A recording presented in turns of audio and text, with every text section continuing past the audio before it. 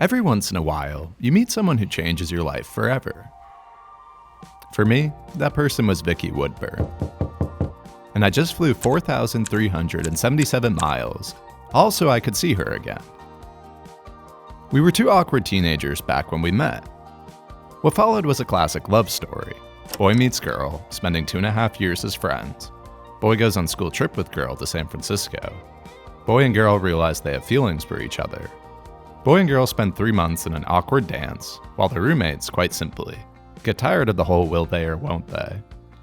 Boy and girl finally figure things out, before a once-in-a-century global pandemic starts literally the next week. Over the next 5 years, work and school would take us from Chicago to DC, and DC to Los Angeles.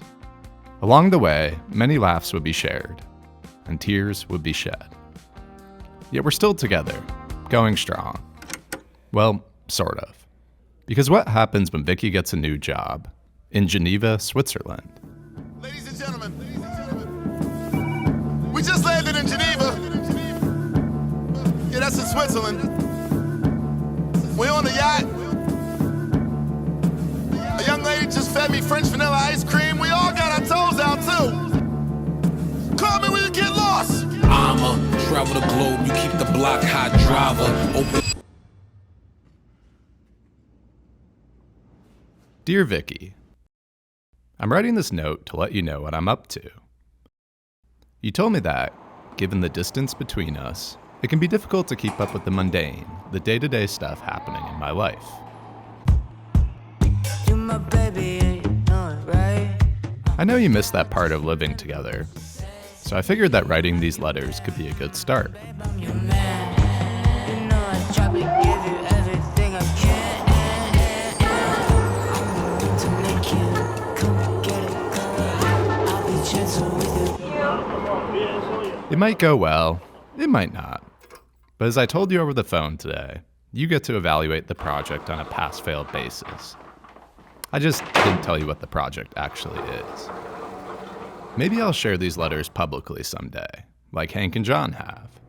Or maybe these letters will end up in an attic somewhere, when we're old and retired, having lived a long life together.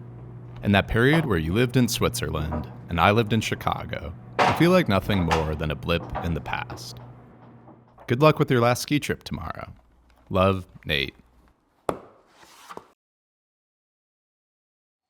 Dear Vicky, gosh, when we're really cooking in the studio, we're really cooking. As you might know, the weekend didn't end on the highest note. I've been feeling a little overwhelmed with the whole being the boss thing. Yet I really feel like we hit our stride as Tuesday wore on. And I'm grateful to be working alongside some very talented people every day. Anyway, thanks for listening to me on the phone as I ranted about my cover story for the upcoming magazine. Out of everyone in the world, you're certainly the first person who would know how much work went into it. Without you, I'm not sure if I ever would have completed it either. Sorry, even when writing, I just talked about myself for a while. That's strange too, given people always seem to think you're the talker in our relationship. I'm going running tomorrow with a friend from high school. Let's see if I'm able to get out of bed at 7.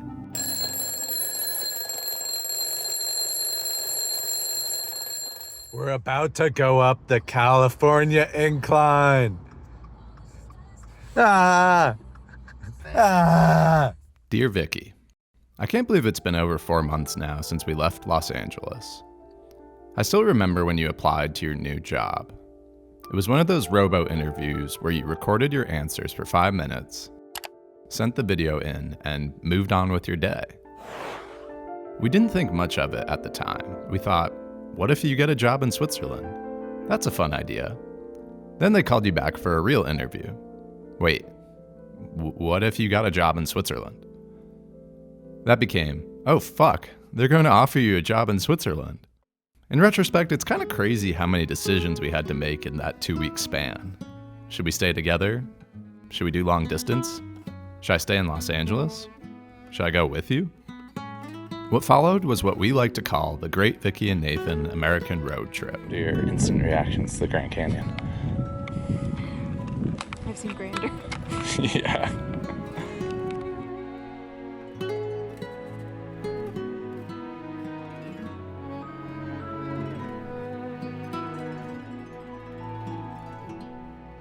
We shared a kiss under the dark skies of Utah and stopped at way too many rest stops amid the cornfields of Iowa. It was a crazy time. Eventually, like all things, it ended. But within the craziness, we found a pocket of solace and a spark of joy out there on the road, together. In many ways, it reaffirmed this little thing we've had going for nearly 5 years now. I miss that time. I think about it a lot.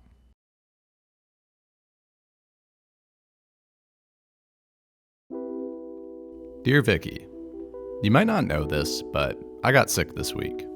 Like, sickest I've been in a long time sick. I've been pretty down in the dumps while sitting in my room, yet life moves on. I'm now eating lentil soup and waffle fries from the Mediterranean place around the corner. I'm having one of those days where I'm just so busy that if I didn't get out of bed, I don't know, everything would fall apart. I guess something has to get you up every day, right? I know it's going to be a while until we see each other, but it's also going to fly by quicker than we know. Waffle fries. I hope you get your beauty sleep. Love, Nate.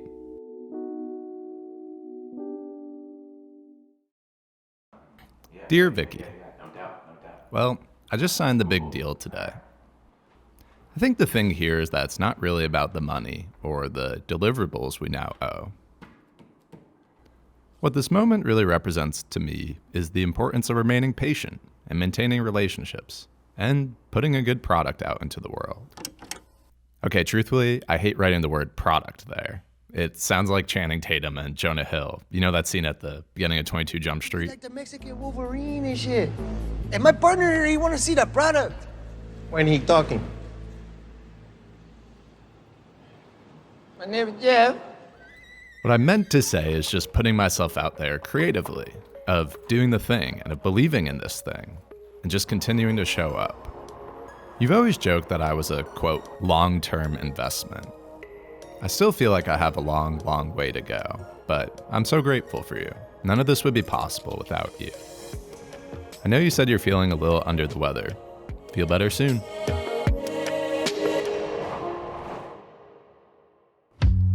Dear Vicky, you know, it's really going to be a crazy 72-hour stretch for me here. I'm flying to LA and shooting a commercial with a really cool creator we're collaborating with. That's something I've been talking about and dreaming about in different capacities for years now. But more prominently, and arguably more importantly, I have Whimsy coming out tomorrow, then the Greenborough's cover reveal the next day. These are projects that span like the last 9 months of my life, and now they're finally going to be out in the world. I know you have a lot going on, but dang, I'm quite the ball of nervous energy right now. Talk soon, Nate. Dear Vicky, I'm sitting in the Burbank airport. It was a good weekend. That was a really lame bite. I went to Venice this morning and got coffee with a friend at Deus Ex Machina. I'm glad I got to see her at the same spot you and I always used to go to. Being back here was sad in a way. The life we had here in Venice was a good one. Not to rewrite history, but I think you'd agree. Maybe not sustainable, but a good life. I can't believe you've been in Geneva for nearly 5 months now.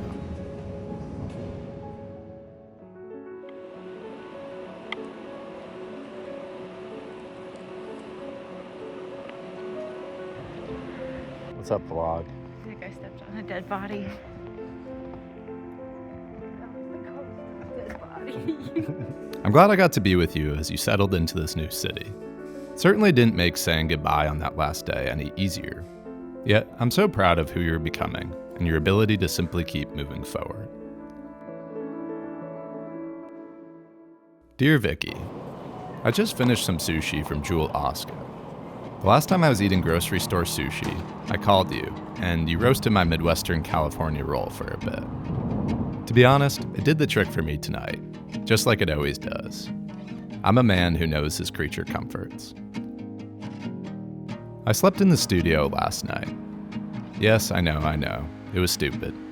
I didn't want to do it. To be honest, 2 months in, I'm amazed I went this long without doing it.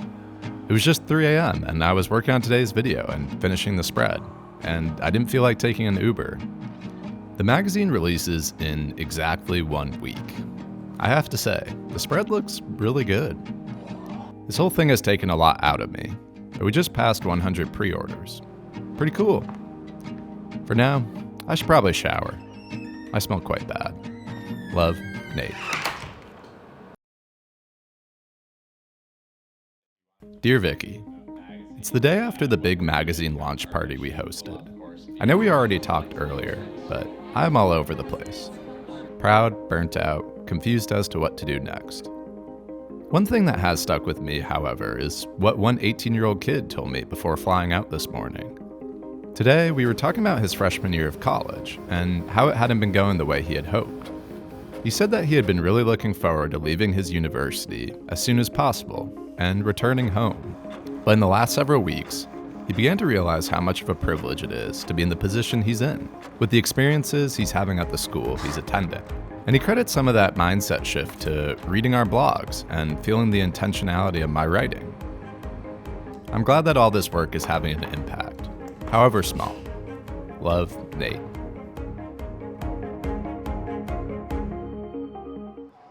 Dear Vicky, I just got back from a coffee chat with a guy named Lucas. I'm glad I went. He's doing cool stuff around the city. He also read the mag and had really nice things to say about it, especially the Hank and John story. It's weird to meet people and be at a stage where they believe in you like that. I still have so much imposter syndrome.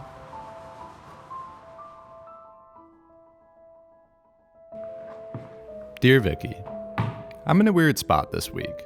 I'm trying to let up and give myself a little grace, but I also don't want to fall too far behind.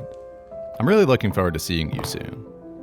In fact, I'm looking forward to it above all else, really.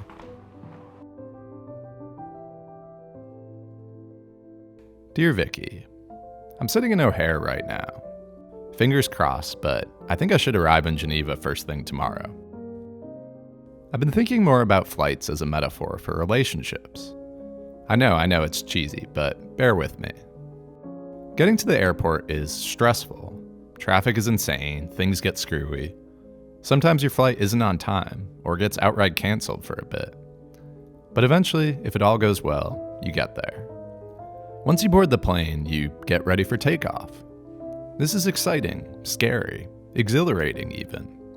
Chemicals react, gas combusts, and boom, you're in the air. While up in the sky, you might hit some turbulence.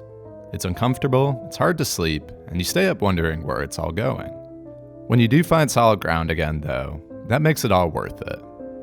Once you get off the plane, there's a whole new world to explore, full of new possibilities and experiences. You know, after writing all this, I think this metaphor made more sense in my head. I'll have to keep workshopping it. Dear Vicky, you sent me this text yesterday. How am I supposed to get any work done when you're going to be here in less than 21 hours? It's been 6 months now since you moved to Geneva.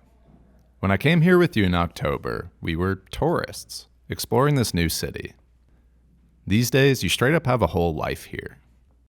We'll be together again for 11 days. Yet by the end of it, for every day we spend together this year, we'll have spent 9 days apart. At the beginning of this project, you told me that, given the distance between us, it could be difficult to keep up with the mundane, the day-to-day stuff happening in my life. Well, I'm excited for you to show me around your city, to take me to your local grocery store, to throw out the trash, to try and fail to place my order in French at your go-to coffee shops. I'm excited to do the boring things with you again. Just like I was all those years ago, and just like I am for the foreseeable future. For now, though, in the present, I'll take the 11 days.